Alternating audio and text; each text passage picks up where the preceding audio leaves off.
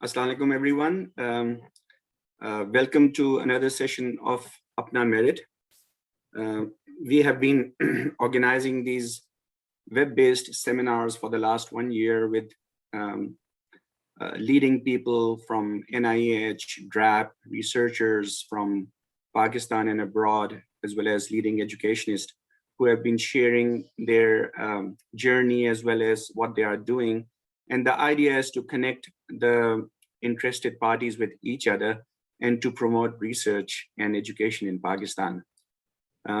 It's my great pleasure. As far as my introduction, I'm the APPNA MERIT Research Committee Chair, and I'm Professor of Neurology at Wake Forest School of Medicine, and I'm the Division Chief at of Movement Disorders there.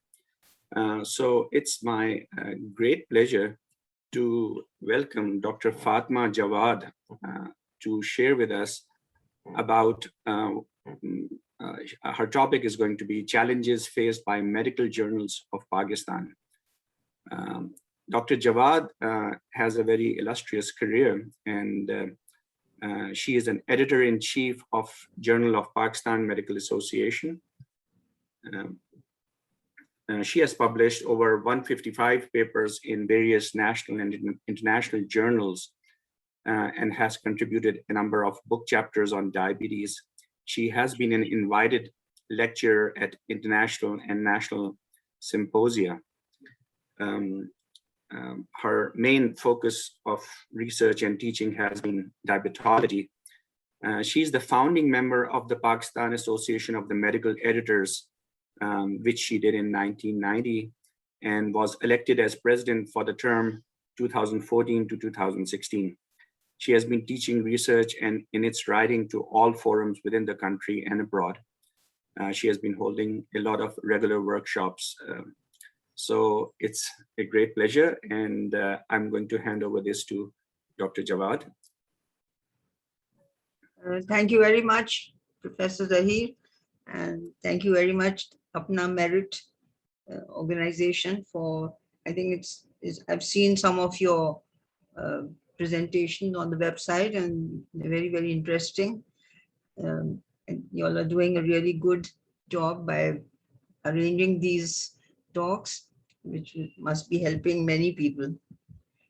Well, the topic that I was given and I also selected was, you can see it on the screen, as challenges faced by medical journals of Pakistan. Now, I think on the whole, the country is facing a lot of challenges.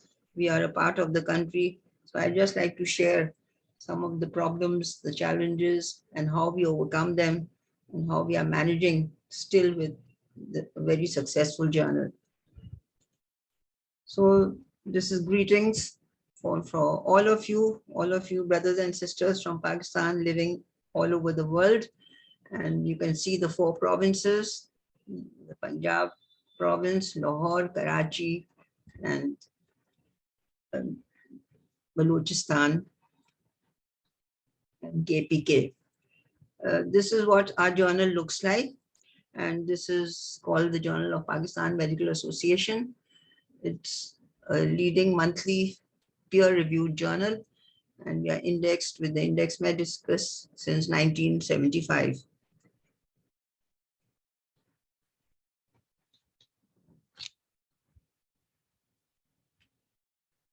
To introduce the journal, it publishes original research articles from all fields of medicine, clinical and basic sciences.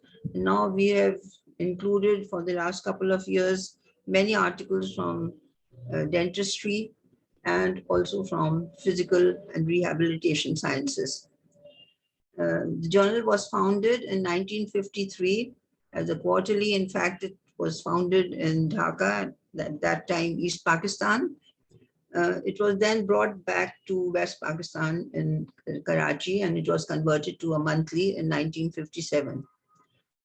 It was indexed with the Index Medicus of PubMed in 1975, and the credit for that goes to Dr. Sarwar Zubairi, who was the editor at that time. This is our ISSN number, and we are also indexed with the WHO and EMRO regions. We are included in the Thomson Reuters Master Journal list as Biosis, Previews, and the Science Index. We are members of the Committee on Publication Ethics UK since 2010, and we have the membership of the International Committee of Medical Journal Editors since 2009. We are also listed with the Information Center for Science and Technology, Iran. And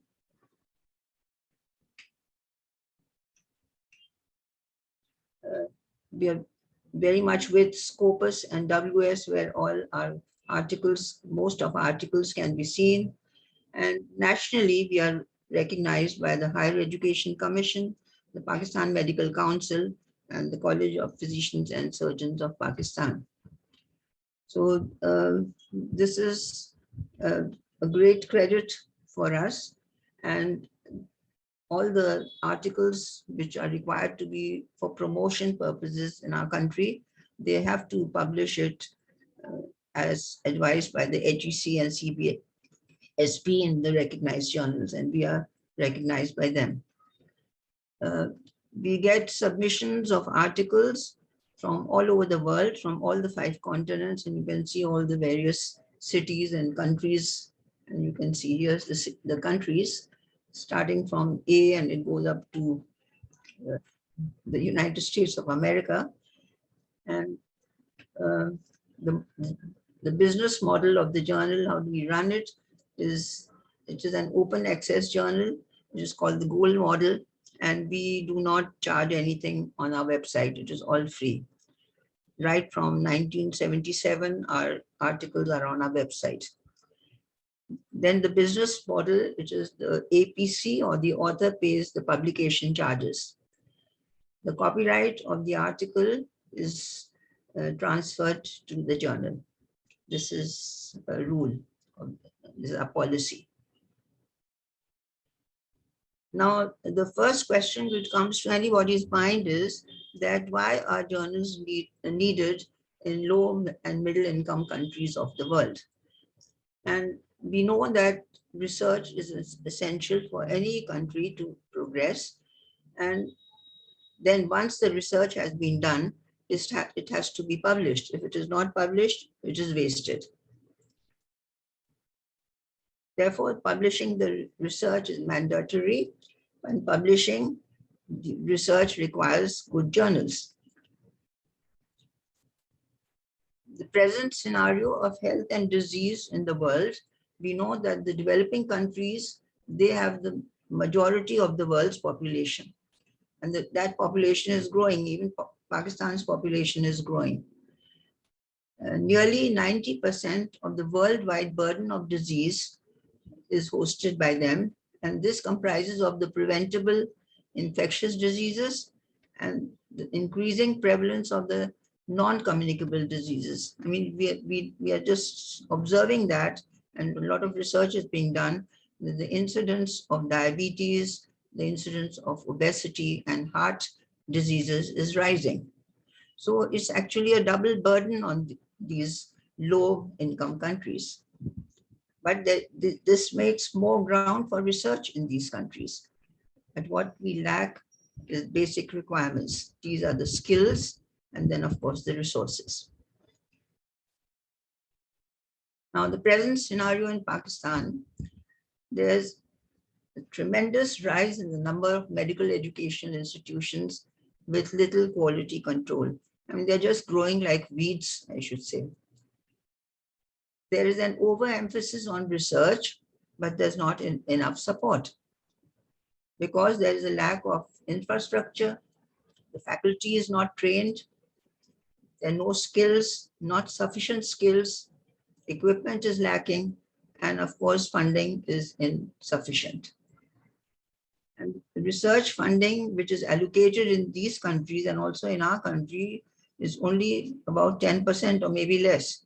Whereas the disease burden in these countries is around 90%. So you can imagine that also we know that our government does not give much for health also from the budget. So with all these problems, research is really, it's very difficult, I should say, and I don't know how we'll ever overcome this. These are the figures of the medical institutions and publications in Pakistan. We have 75 private medical colleges and only 45 the public medical or the government medical colleges. Now, there's a big difference in the fees they charge the students. There are 42 private dental colleges and only 17 belonging to the public sector. We have around 77 biomedical journals, but only 4 of these are indexed with PubMed. The others are of not such a high quality, it's rather a low quality, I should say. And some of them are not even recognized by the Higher Education Commission. Publication ethics, responsible conduct of research, and research integrity. These are the essential components of performing research and then writing research. And these are absolutely insufficient because the training is not sufficient and people do not understand the extent of the research ethics and research integrity. I have been teaching research ethics and research integrity for a large number of years now, and I still feel that what's going wrong with the submissions we get in the journal, it's really surprising. Most of the people, they're supposed to be educated, but they do not understand what is the importance of research integrity and research ethics. And the ethics review committees or the institutional review boards, which should be an essential part of any institution where research is taking place. There's a total lack of understanding. Many institutions do not have an IRB. I mean, this is the first step of research, but many institutions, they do not have them. And they're not even striving to have it. They're not even trying to have it. Sometimes these IRBs are present in the medical schools or the universities, but their members are not adequately trained. We know that the IRB is the basic requirement. Now, if the IRB is weak or they do not have a proper IRB, then this is a big drawback for the researchers, because these researchers then cannot even initiate the research until they get an approval from the IRB. In many medical colleges and institutions, there are no IRBs, so they have to take help from other institutions, their neighboring institutions, which is not correct again. And in all the institutions where they do exist, the members, they are not trained, or they are not CITI certified. I'll just tell you what this is. And the IRB is supposed to have a religious scholar with some experience and knowledge, and that is very much lacking in our country.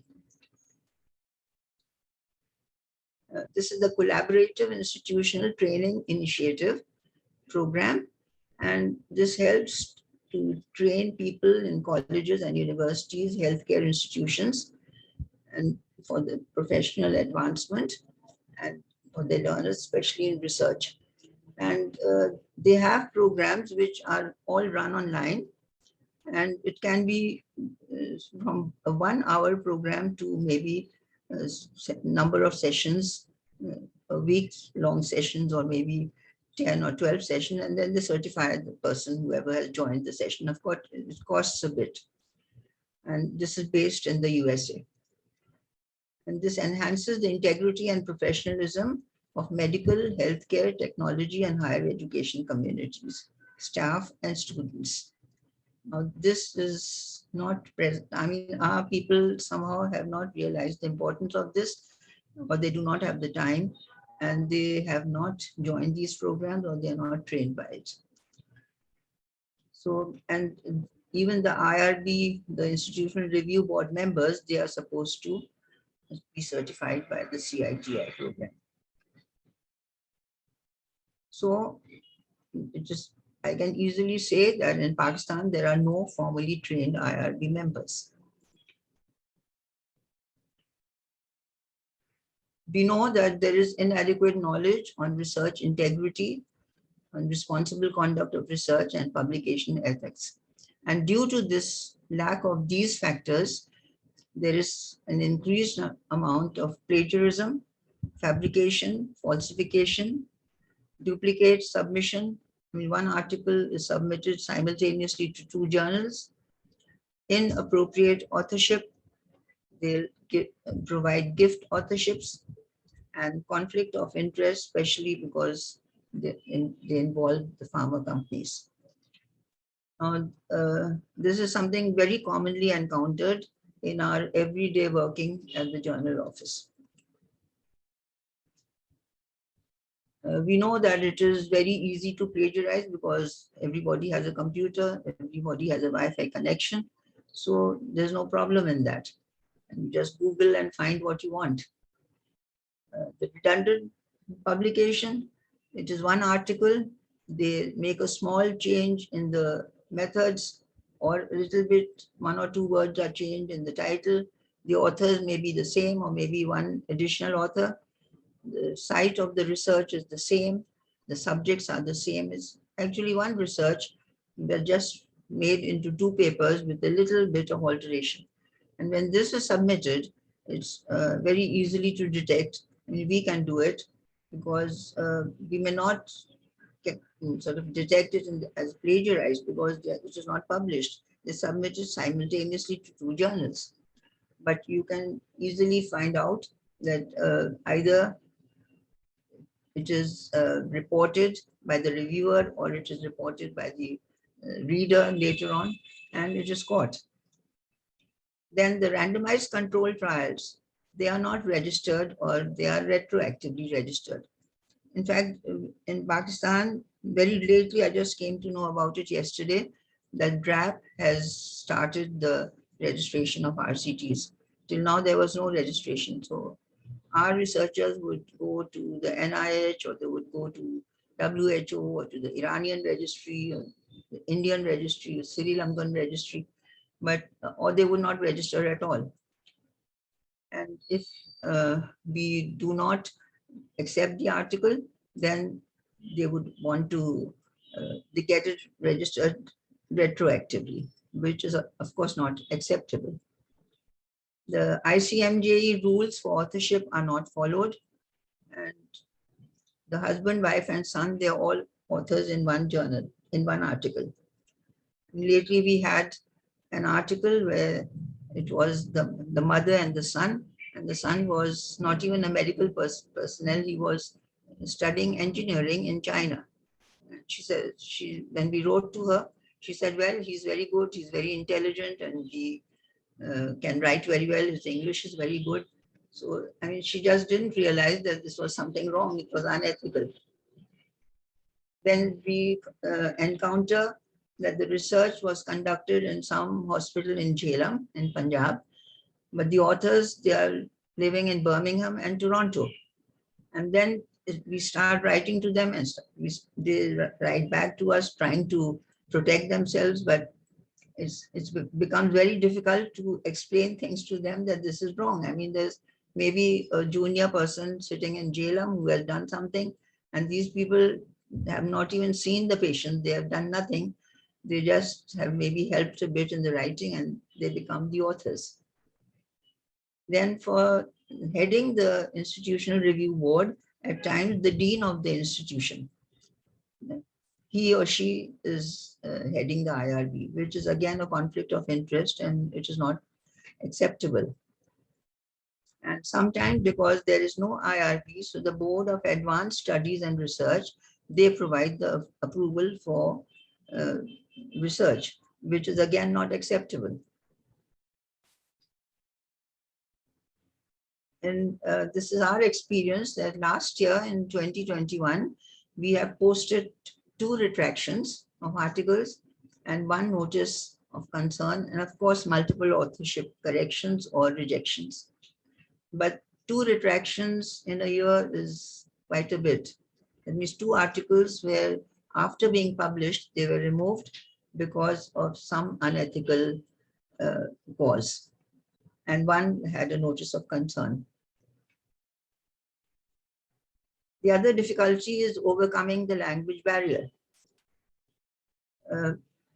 People in Pakistan, the researchers in Pakistan, they cannot, most of them cannot publish in reputed local English index journals. I mean, of course, there are many journals in the world, and some of the ones which are of low quality, they may take it. But if people want to get into good journals, it's very difficult.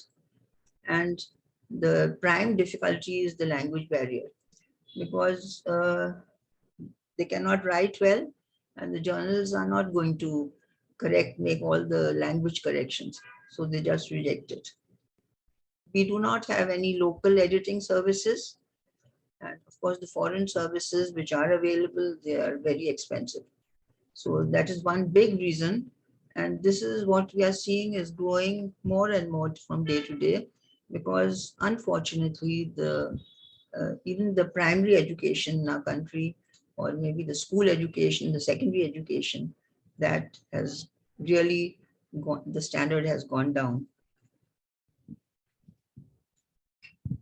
We do not have any centers of excellence. This is the big drawback. No training courses, negligible training courses, I should say, and where the researchers can go in, or any organizations where they can train the trainers. It is not available anywhere. Then the writing style is poor, obviously, if you are not good with grammar, if you're not good with the language. The statistical analysis can be inconclusive, although now many people are going in for statistical courses. Sometimes the study design is irrelevant or very poor. The standard of research is rather low.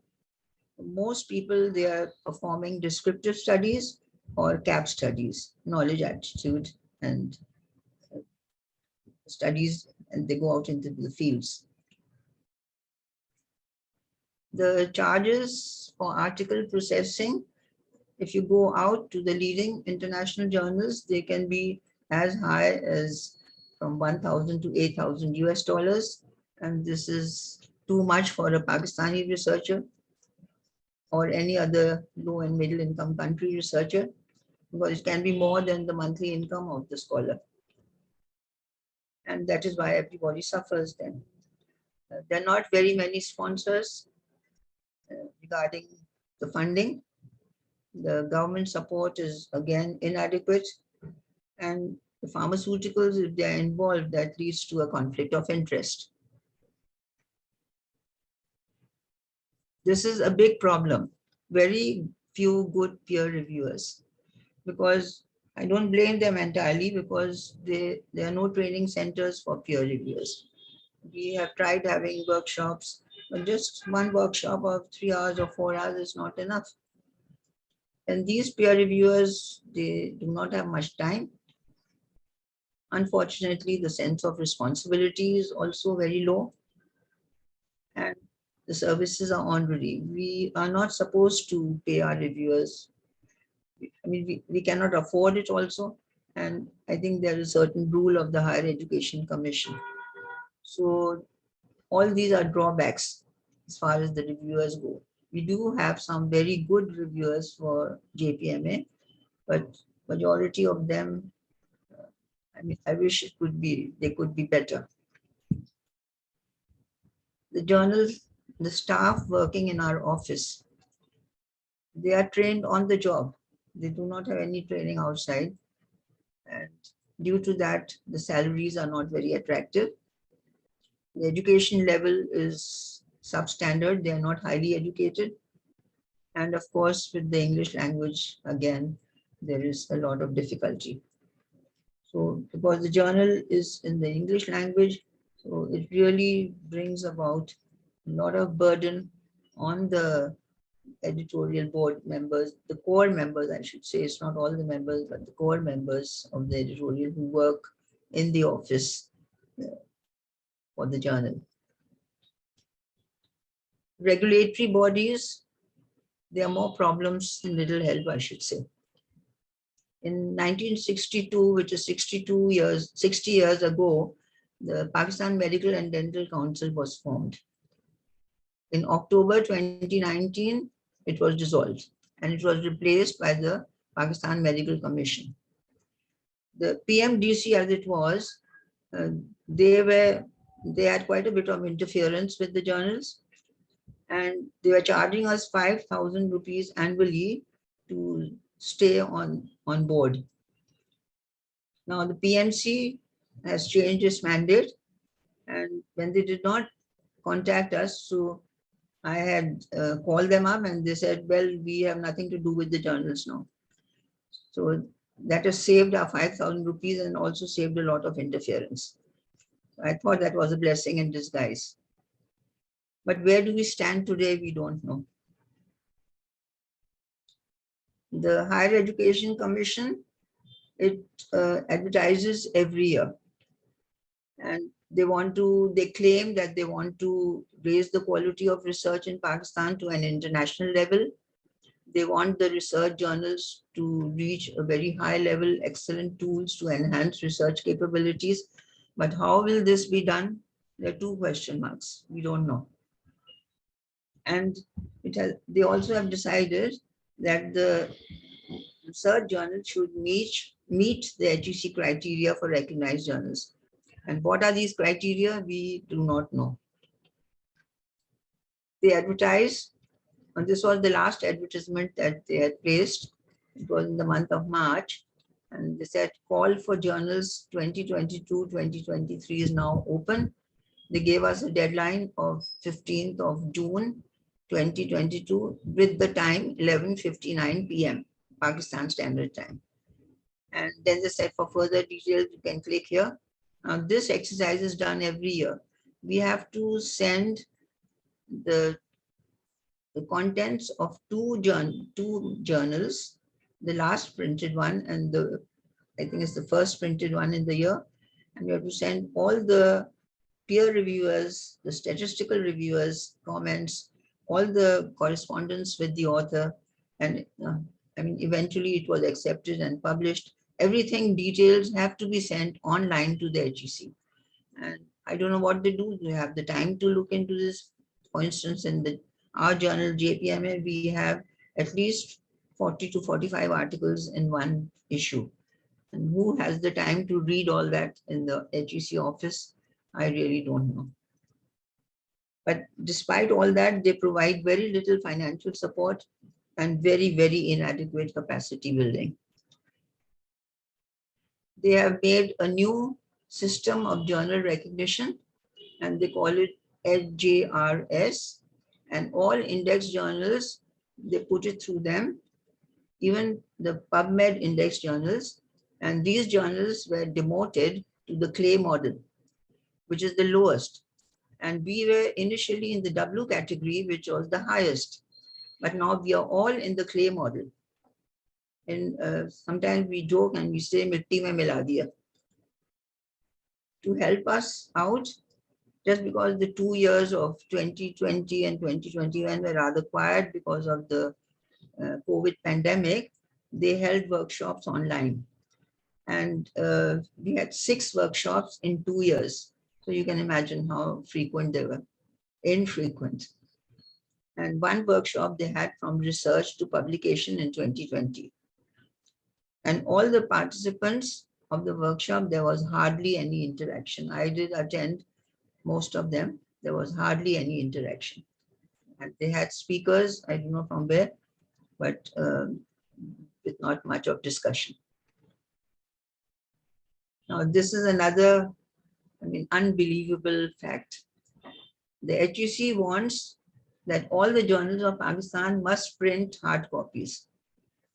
Why should we publish hard copies? Because all of us have a website, and it's a very effective and good website, and that is compulsory. We have to have it. So all the journals have a website, and still we are supposed to publish hard copies. Now, printing is expensive, and we know that we don't manufacture paper in Pakistan. So this is imported, so it is very expensive. But we have to print hard copies. And they are not sold because everybody can get the free articles from the website. So I mean, we have to publish, print some and keep it with us. And why? There's no convincing answer. Now, the editors, they face a lot of challenges also. This was in the Second World Conference on Research Integrity in Singapore in July 2010, when they put up the guidelines for what are the responsibilities of editors. And of course, rightly they said that everything which is published in the journal is eventually the responsibility of the editor. Then the editors have to guard the integrity of the published record, and you have to make corrections or retractions or notices of concerns wherever there's misconduct. And the editors have to pursue the reviewer in editorial misconduct and should have appropriate policies in place of handling editorial conflicts of interest. Now, we have tried our best to follow these rules. Not all journals in our country do that. But there is no training of editors and editorial staff. We started a small certificate course in 2019 by the Pakistan Association of Medical Editors, along with the University of Health Sciences, Lahore. So we are running that course, which is an online course with 2 contact sessions. And in every batch, there has been about nearly 40 candidates who have joined them. But why have they joined them? I had my contact session just 2 days back, and out of the 40 people, there were only 5 people who were affiliated with journals, and the others said, well, our university is thinking of bringing out a journal, so they have asked us to come and train here so that we can help out. Secondly, we know that editors are not full-time editors. They are clinicians. I mean, it's all the editor's work is free of cost. So if they're clinicians, where are they to find time for doing the journal work? Which is, frankly, I mean, from my experience, I would say it is a full-time work. Now, board members are also busy clinicians, and journal work for them is part-time because they only have 24 hours in the day. So when are they going to take care of their patients, or when are they going to operate, and when are they going to do the journal work? The editor is supposed to formulate guidelines for the new researchers. I mean, we have done that, which is all on the website. Then we have to perform the initial review or the article triage. And when there are many mistakes, and we have to, it goes back and forth, the mail convincing the authors to make a change. Then we try to train our peer reviewers. We need them. The peer reviewers are the heart of a journal. But where do we get such trained ones? We have to train them. We try and do it in a nice manner, in a friendly manner. Sometimes we've had workshops for them. And keeping the editorial board members on board, because again, they are an essential part of a journal. And people just, sometimes they don't take it very seriously. They have their own conveniences and their own priorities. And satisfying the authors, especially when an article is rejected, it's a real difficult job, because then you go on writing back and forth, you'll get letters asking for reasons. Why is it rejected? Why can't it be taken? What can they do to make it acceptable? So I don't know if all the big journals of the world are answering letters like these, but we are doing it. Then for increasing our knowledge on publication ethics, COPE is the best source. We are members of COPE, and it's a big help, because there are many flow charts we can refer to, And then they have this Ask the Forum. The forum meets every 3 months. So they have the means to, we send our questions to them, and that is discussed in the forum, and we get help from them. Then the World Association of Medical Editors is a big help also. They have produced learning modules. I have been a part of that. And then the listserv runs with many questions, and you get suggestions and answers from the other members. Now, I don't know if people can appreciate the pressure on the editors, because editors are just like everybody else. They are normal human beings, but they are under tremendous pressure. First, from the authors. At times, they want the paper published before it is even submitted. They'll call up or they'll come over and they say, well, we want the paper published because we have our exams in the next 3 weeks. The peer reviewers, they just forget to review, despite repeated. We have to go on phoning them. We have to send them mails. The financiers, they can delay the payments and everything gets held up. The printers, we have to have printed copies. Sometimes they delay in printing the copies. A lot of problems in our city also. Web people, all the time there's a demand for more space. The journal is expanding. There are more articles. The space is less. So we have to buy more space. Sometimes the indexing agencies are delayed in getting the abstracts uploaded. And I'm sure you can appreciate at times there's law and order disruption, law and order causing disruption.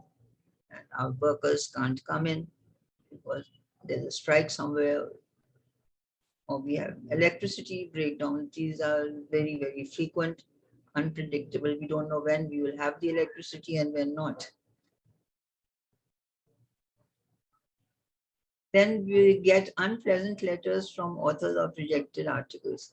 It's these letters, sometimes we laugh over it, but they are right from, the abuses, and sometimes they wish us bad. But I suppose they are disappointed. We try our best to pacify them. There can be threatening phone calls from influential people. It's an abuse article. It has to be accepted. And if it is not accepted, then you have to be prepared for all the language which you'll hear on the phone. The senior professionals can just walk into the office and demand a fast publication, not for themselves, but maybe for a junior or for a relative or for a son. This is very common.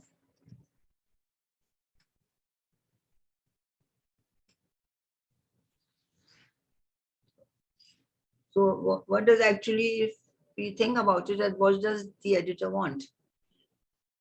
We know that we can't publish without reviewers and without authors. So we want to work in harmony so that we have a successful outcome. And we want that the academic integrity should be supported and preserved, because this is based on knowledge, truth, scholarship, and acting with honesty. Now, this is the most difficult part, because the appreciation of honesty and truth and scholarship is, unfortunately, it has decreased in our people. We have to mend ourselves and just say one way to get the most out of life is to look upon it as an adventure. Well, it is an adventure. I've been going through it. I've been on the editor's post since Dr. Sarwar Zubaidi passed away in 2004. So it's 17, 18 years now. And that is a lot of experience. But then I say that look to the brighter side, which will provide courage. We need long-term planning for strengthening the research capacity at the individual level, at the institutional level, and at the national level. So for that, we need skilled leadership, role models, and funds. And I'm still very optimistic. Maybe one day we will get all this. We need good mentors training facilities for mentors, sufficient monetary allowances, and not excessive workload. This is difficult because most of the students or maybe the PGs, the postgraduates, they do not, they're not very happy with their mentors. They don't give them time, or they don't give them enough of, the leadership is not good. They don't teach them. I don't know if they are not very trained themselves or really just shortage of time. We have to develop our own training modules, and we have to then eventually develop a roadmap for research proposals. All this can only be done if all the people who are interested, the editors and the board members, they get together and they seriously work on it, but they have to invest on their time. For the researchers, they need passionate supervisors and mentors. I mean, this is a story we are hearing every day, that the teachers or the supervisors, the mentors are not giving them enough time or not giving them enough supervision, especially the undergrads. There should be a good intention to produce high quality and timely and relevant research and to successfully compete for funding. And the aim should not be to increase the number of publications in front of your name. The aim should be to produce good, high quality research. The possible sources of funding in our country: Higher Education Commission, little bit, whatever little bit they do. Then we have the Pakistan Health Research Council, the Pak Science Foundation, National Science Foundation, UNDP, UNFPA, UNICEF, WHO, World Bank, Development and Research Training, then the NIH from USA, Bill Gates Foundation, the Wellcome Trust, Fogarty International Center, and British Council. But all these sources, they seem to be insufficient because the number of medical schools and the universities, they have really increased in number. And in each center, I mean, in the first year, the students taken are about 600 to 700 in each medical university or medical school. So you can imagine when these students pass through the 5 years of medical education and they have to do research, and then eventually later on they get into the teaching sector, they have to do research. So it becomes very difficult if they are not trained, they do not have the funds. So to conclude my talk, Pakistan and LMICs have more ground for research and its publication, but there are barriers. There is lack of skill, training, and funds, insufficient or no knowledge on research integrity and ethics. There is the language barrier. English is not our mother tongue, it is not our language, but we have to do the research and write it in English. Skilled leadership is required, and we have to train mentors and editors. And of course, funding should be there. So research is the key to publication, and a good journal is an asset. Thank you very much for the patient listening, and any questions or any queries, I'm there to answer. Thank you very much, Dr. Fatema Jawad. This was a very informative lecture. I was looking at a very active chat forum with younger people and many others commenting about the problems they face. And you have covered this topic well, and it was like you were calling a spade. And there were messages for younger people about research integrity, about research training. There were messages for the HEC about the hurdles which you all face. Hearing that they want everyone to have a print journal doesn't make sense to me given the resource constraints. So I hope that this lecture gets seen by the policymakers on how medical publication and journals can be improved. So before I hand over to our two esteemed panelists who are experienced in this field, I actually have a few questions. So I was one of our main goals as overseas Pakistani physicians and who are in academics is how can we help? So one of the things I think a lot of effort has been going on at various levels, and through our merit chair Danish Bhatti is a trailblazer for online medical education in Pakistan, and then we have many others who have been talking about having research module trainings where a new young graduate who wants to do research goes through a certain module to acquire a certain basic knowledge what human research entails, about the research integrity. I know that's covered in the city training for which is required by IRB. So that would be my main question for you. Do you have any comments on that? Yes. I think can you repeat the first part of your question? What can we who are abroad, the people, the Pakistani physicians in academics, how can we help improve the quality of medical journals in Pakistan, in your opinion? Okay, I think that's a very good question and a very encouraging question. If you give us a supporting answer, is that we need good peer reviewers. You know, we have peer reviewers from America, from Canada, and from England, UK. Of course, we don't go to the continent because of the language, but they don't have time. And some of them have just written that don't send us any articles. I mean, how HEC has a requirement that one article should be peer reviewed by a foreign person and by a person in Pakistan. Now, today I'm in Pakistan, so I'm a Pakistani, but I go to America, I become a foreigner. So normally we have our own people living abroad who help us out, but we are having a lot of difficulties. I mean, our pool has a very, very small percentage of our colleagues who are living in, say, the United States or Canada, because I don't know, probably they don't have time. I mean, I can't appreciate what people are doing there. So if you could very much help us, it would be very highly appreciated if we get people not of the very high caliber who are professors or emeritus and all, but people who are in the middle cadre, if they can find a little time in their respective fields and review, say, 2 articles in a year or 3 articles in a year.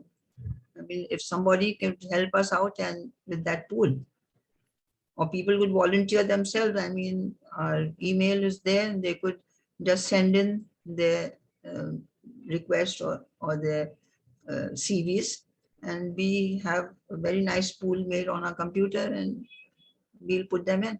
And we never overburden our peer reviewers. That is one way of doing it. Secondly, you said about having training modules.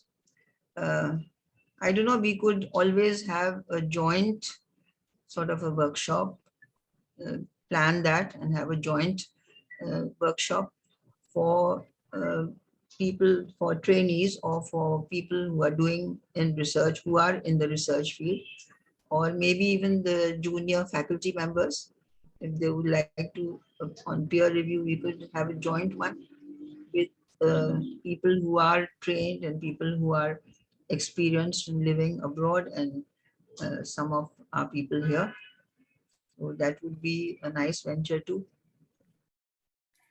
Great, thank you very much. So I'm going to open this first to our panelists, and we have Professor Sarwat Hussain from University of Massachusetts. He is also chairing a section of our merit subcommittee committee, on artificial intelligence. I'm going to ask him to give any comments on this thing, and then after that, I'm going to ask Professor Zahiruddin Babar, who's our second panelist. Ji, Assalamu alaikum, Saiba, Dr. Jawad. This is Dr. Sarwat Hussain, and we have communicated, and I have actually written an editorial and have reviewed a few papers for Dr. Saiba, his journal.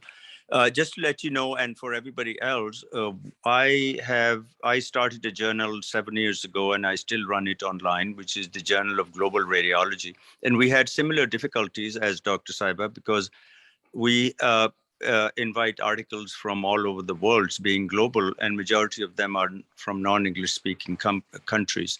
So some of the solution, to just sum up, some of the solutions that I have found is that we started what is called scholar twinning program, which means that if we look at an article that by core assessment is worth publishing and is new and well conducted, but the language is really bad, then what we do, we offer the foreign authors to offer them scholar twinning, so that an English-speaking American or any national who has English as a first language almost, to take over that article and rewrite it in the language that is acceptable for the standard of the journal. And the twin scholar becomes the senior author or second or third author, but the original researcher is the first and the second author, whatever the sequence they have.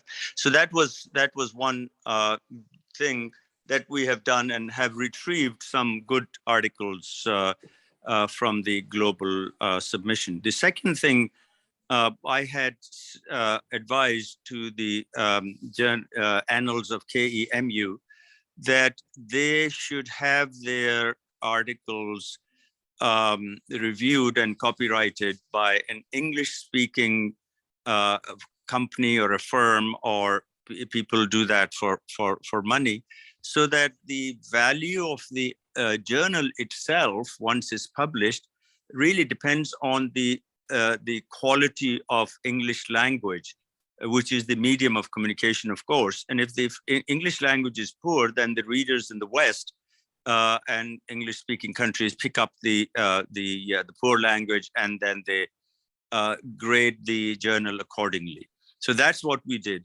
The reviewers is a huge issue. And what we have done is to have many of the reviewers on the editorial board, with the conditions that they would review 3 to 4 articles a year. And, that has worked. However, I, as an editor-in-chief, end up reviewing about, let's say, 40–50% of the articles myself, and it takes a lot of time, a lot of our time. We do not charge any money for publication, and we have no, advertisements. So English language is the fundamental, and in terms of plagiarism, etc., there is software program which can, which can tell us about the degree of plagiarism that I'm sure Dr. Saiba knows, and that can be used also. Communicating with the and abusive language from the authors has really not been a major issue with us, but I understand with the heat wave in Pakistan and frustration and in an economy, people are very edgy. It's my country, and I can say that freely. They become very frustrated very quickly, and then lose civility. So these are some of my submission, and I'm going to then now listen to everybody else's comments. Thank you very much. Thank you, Professor Sarwat Hussain. Now I'm going to ask Professor Zahiruddin Babar.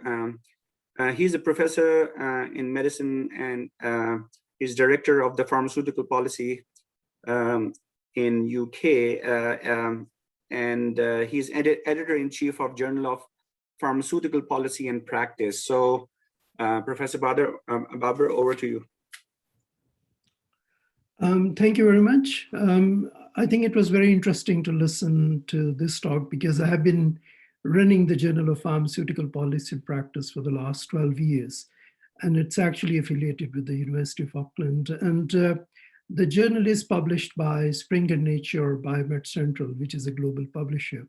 So I think Dr. FATEMA JAWAD has raised some very interesting points, and these points are very common, especially in low and middle income countries, as far as the English is concerned, the lack of reviewers are concerned, and other administrative things. I would actually class these into two things. One is actually more related to research. So for example, institutional review board, research ethics, publication, the English writing, and things like that. So these are the issues which are more concerned with the research culture overall and the publishing good research. So that's one point. The second point is perhaps more related to the administration and management and running of the journal. So these are two separate kind of things. And the good journals which are being run in United States or in United Kingdom, they would focus on these two things actually simultaneously, because it is very easy to start a journal, but to sustain a journal in the long term, that's the biggest challenge. One of the things which developing countries has done, many developing countries, for example, I would give you the example of Iran. So Iran has actually collaboration and cooperation with Biomed Central or with Springer Nature. So the Iranian universities are actually publishing with the United Kingdom publishing houses. So to sustain publishing in Pakistan for the medical journals, the way forward is, whether it's for HSC or whether it's for the government funding bodies, is actually to put more money into it. Having more reviewers, having good English and these sort of things, of course, would help. And I understand the challenges Pakistan face in terms of publishing good quality research. This is really difficult. But I think to move forward, the way forward is actually to have broad-based agreements with the bigger publishing houses. So for example, Saudi Arabia has done a lot of publishing agreement with Elsevier, but they have a lot of money. Or Iran has started publishing, or many other developing countries have started. So my point of view here is that if HEC can spend a huge amount of money sending students to overseas, of course they can actually do something to have these medical journals, which are performing well. So for example, Dr. FATEMA has said that out of 77 journals, 4 are indexed in PubMed or in Scopus. So these 4 journals could be potential to take to a further level and combinedly plead to HEC to talk with the major publisher. I know I was on the board of a journal which was published by Pakistan Council for Scientific Research, and then it is published few issues and then it dies down. So it's a very, very challenging task. Dr. FATEMA has elaborated it very well, that it's a painstaking exercise, and sometimes it could be a thankless job because you have a continuous quest to look for peer reviewers, you have a continuous quest to look for all these things. To go seamless, it's best that the administration is being taken by professional agencies so the editors could actually focus on their editorial job.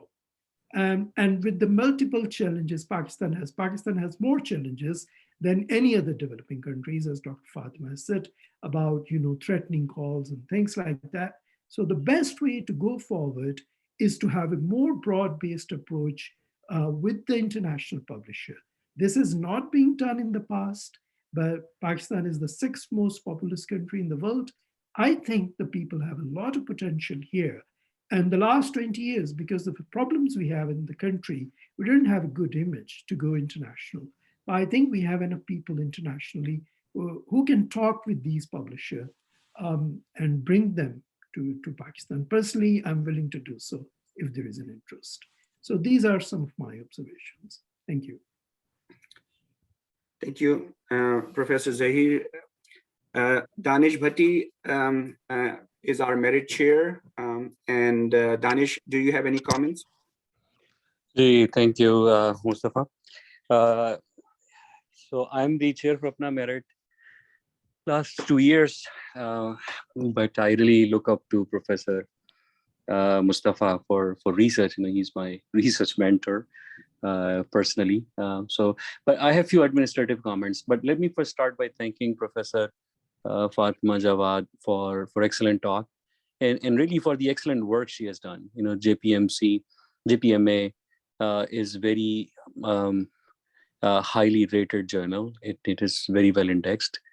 Despite the limited resources, as she has highlighted, she and her team has done an excellent job. It's a journal that is looked up to in Pakistan and has a very excellent process. I actually have personally published 2 articles in JPMA. So I have a personal experience of going through the process. I am a peer reviewer for the journal. I peer reviewed 4 articles over the last couple of years.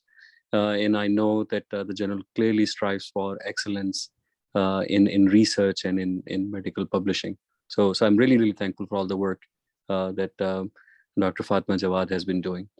My administrative questions or comments towards Dr. FATEMA would be related to a few things she mentioned in terms of resources. I think there was a comment from her that there is not easy access to medical editing services that are sometimes available for purchase, or some other journals offer at cost to the authors. And I know, Professor Mustafa, that you have been thinking about creating some kind of resource bank for researchers, either availability of biostatisticians or even grant writers or even medical writers. We've thought about that. So if we make an effort towards creating resources or gathering funding for resources, then what will be some of the most high impact resources that we can create or gather or get funding for that will have the most impact on quality of publications in Pakistan? Thank you.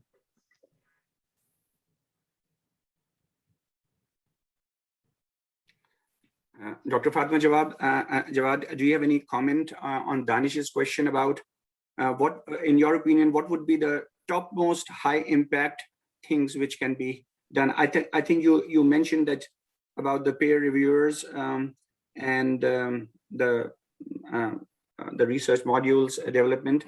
But in terms of Danish's questions, do you have any do you have any comments on that? Well, and what Professor Zahir also said about publishers, I think at the present status we are in, it is not possible to engage any publishers. I know Iran is much ahead of us, and in Iran they are using many of these. I mean, their local publishers are good, and also they are using the foreign publishers. But for us, that would not be feasible because they are very, very expensive. And all journals who are working with publishers, half the burden is taken off because the publishers manage everything. So we are facing a double burden with no publishers. Secondly, what Dr. Danish Bhatti said, it's it's regarding the correction of the language. We in Pakistan, we do not have any such agencies who would do it as a profession and take money and do it, charges for it. And as far as my knowledge goes, they're all foreign ones, and paying in foreign exchange is impossible for our researchers. So we have to find time to do it ourselves. We have to find people who can help us out. And sometimes we even take the help on payment. I mean, these youngsters, some of them have good English, and we teach them how to do it, and they do it for us and we pay them for it. But this is not a permanent solution because the number of articles has increased tremendously. Because I just remember about 20 years back, we were hardly getting 400 articles per year. Now we are getting 6,000 articles per year. So there's no comparison. And this is the main hurdle in this, that people, I mean, the standard of the language, which was, say, in 1990s, and if you compare it now, there's a big, big difference, a vast difference. I mean, we are seeing that. Sometimes I say that I'm lucky that I've seen nearly 3 generations, Because you see the children now, they're going to school, they are hardly learning anything. I mean, what we learned as children, but then the generations after us, it has gone down so much. It's not nice to say it, and I really feel sad to say it, but it's a fact. How are we going to 6,000 articles? We have to sort them out. We have to select the good ones. We have to get them peer reviewed. It's not an easy task. And with peer reviewers also being very scanty for us.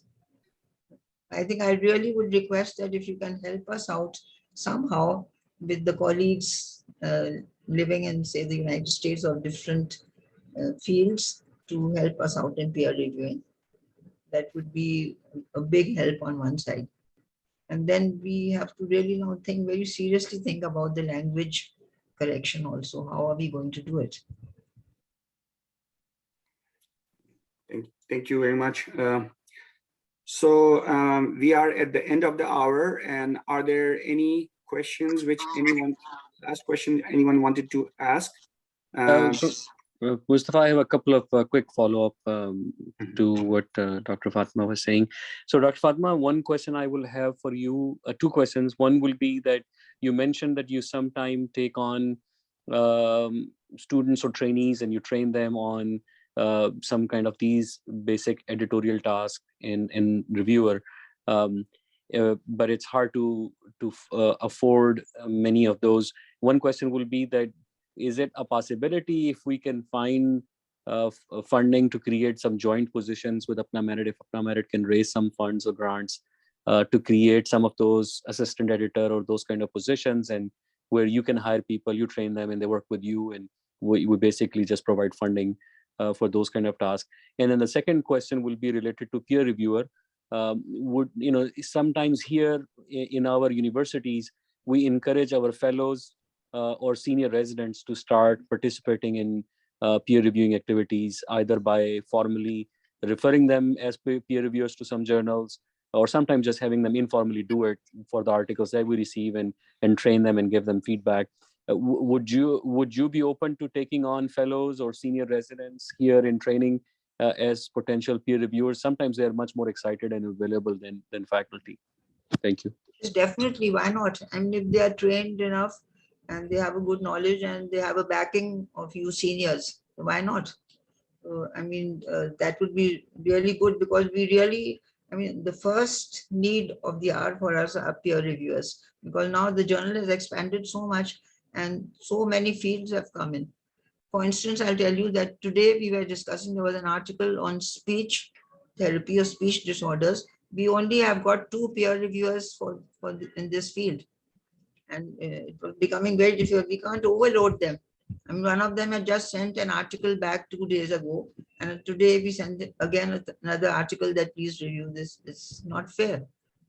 So from any field, you senior members, if you can refer them to us and they send in their CVs, we take them in. But then they should have some knowledge and some experience, little bit of experience.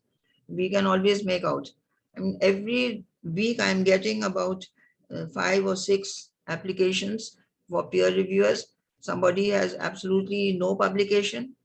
Others have just about, say, 2 years of experience in some very small medical school in Punjab somewhere. And they just want to become peer reviewers because they put it in their CV. They say, yes, we are reviewing for JPMA. That is not fair to us. So if you can help us out in that by suggestions or by referring some of your fellows or your junior faculty, of course, this is how they will learn and it will help us also. As far as money goes, we really don't need too much of money. We have enough because we are generating money. It's not a very big fee, but we are generating money enough for our running the whole the journal and paying our staff and all that. All the doctors who are working there as the board members, we are doing it without any charges. So till now we are managing on that, but we need this help, this sort of physical help. The seniors, we don't like to bother them much because we know they are very overworked already, or they have too much of responsibilities. And sometimes we also had very sort of, letters saying that we felt embarrassed when they wrote back saying that you don't understand how busy we are. So, and the fields are expanding. We have all molecular and genetics and molecular biology, and now even the artificial intelligence has come in. Dr. Sarwat Hussain had written very nice editorial, and people are writing articles on that. So if all of you together could just give this a thought and devise some means of getting together some peer reviewers for us. Thank you. I see that there are about 62 participants and all have an interest in the topic. So if you are interested in being a peer reviewer, please send an email to Dr. Fatma, or you can send it to APPNA MERIT. We can forward it to her. A few of the things which I feel came out of this discussion was that I think encouraging HEC to back the successful horses, like it looks like there are 4 successful horses of medical journals out of those 75 in really hiring professional services, whether it's professional editing services or the copy editing services, is money well spent. The second is development of research modules for different levels of job requirements, which can be on an HEC website, and which APPNA MERIT can partner with them in developing, can be another option to do. And the third thing, which the thought which came to my mind was that abroad, like it's been a while since I read a medicine journal. I only read neurology, neurosurgery, and neuroscience journals because we are all in our own subspecialties. So we tend to, it's quite natural that we tend to read those journals which are of interest to us. So I think there needs to be a concerted effort in developing the specialty journals as well in Pakistan by different societies and getting them recognition on PubMed.